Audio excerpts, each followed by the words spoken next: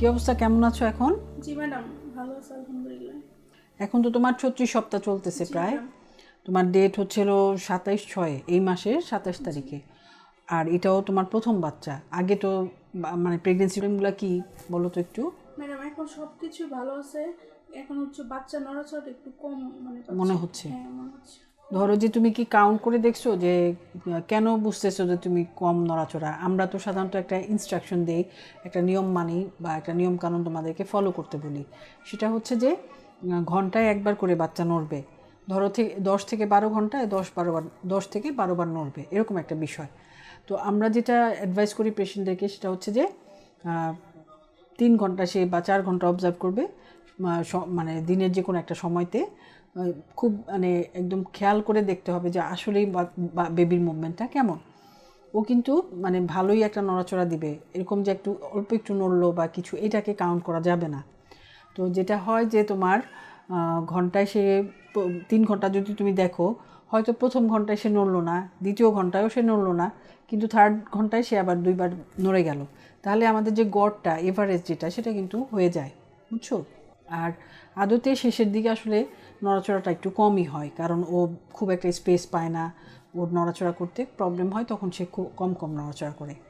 আর নড়াচড়া না করাটা এটা যেমন বিপজ্জনক, আবার এটার মানে আমরা নর্মালি যেটা বলি যে শেষের দিকে নড়াচড়া করে না, এটা নিয়ে ভয় পাওয়ার কিছু না, এরকম একটা কথাও বলি।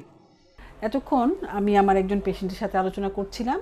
ওর তো এখন 36 উইকস চলছে, তার মানে 9 মাস প্রায়। ও প্রথম মা, তো আগে তার কোনো এরকম হিস্ট্রিও নাই গর্ভধারণের। তো ওর যেটা এখন কমপ্লেন মেনলি আসছে যে নড়াচড়াটা কম। আমরা যেটা বলতে চাই বা যেটা আমাদের মেসেজটা আমরা দিতে চাই, শেষের দিকে আসলে মুভমেন্টটা কম হয়, কিন্তু তারপরেও এই মুভমেন্টটা আমাদের জন্য অনেক ইম্পর্টেন্ট। আমরা বলি যে ঘন্টায় একবার করে নড়বে।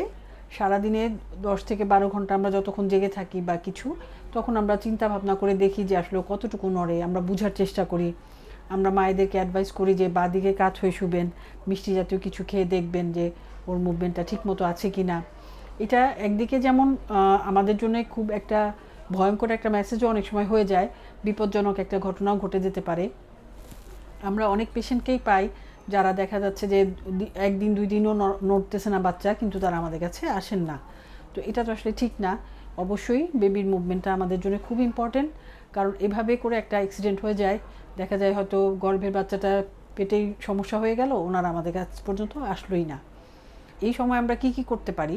আমরা যেটা করতে পারি, প্রথমত একটা সিটিজি টেস্ট আছে, যে কার্ডিওটোকোগ্রাফি, সেটা করতে পারি এবং করি সাধারণত। আলট্রাসোনোগ্রাফি করি, মাকে আশ্বস্ত করি, মাকে কিছু উপদেশ দিয়ে দেই, বলি যে এভাবে এভাবে চললে, মানে যেটা আমি বললাম যে বাঁদিকে কাত হয়ে শোয়া, মিষ্টি জাতীয় কিছু খাওয়া, এই কাজগুলো করলে মায়েরা বাচ্চার মুভমেন্টটা ভালো বুঝতে পারে। তো আজ এই পর্যন্তই। ধন্যবাদ সবাইকে।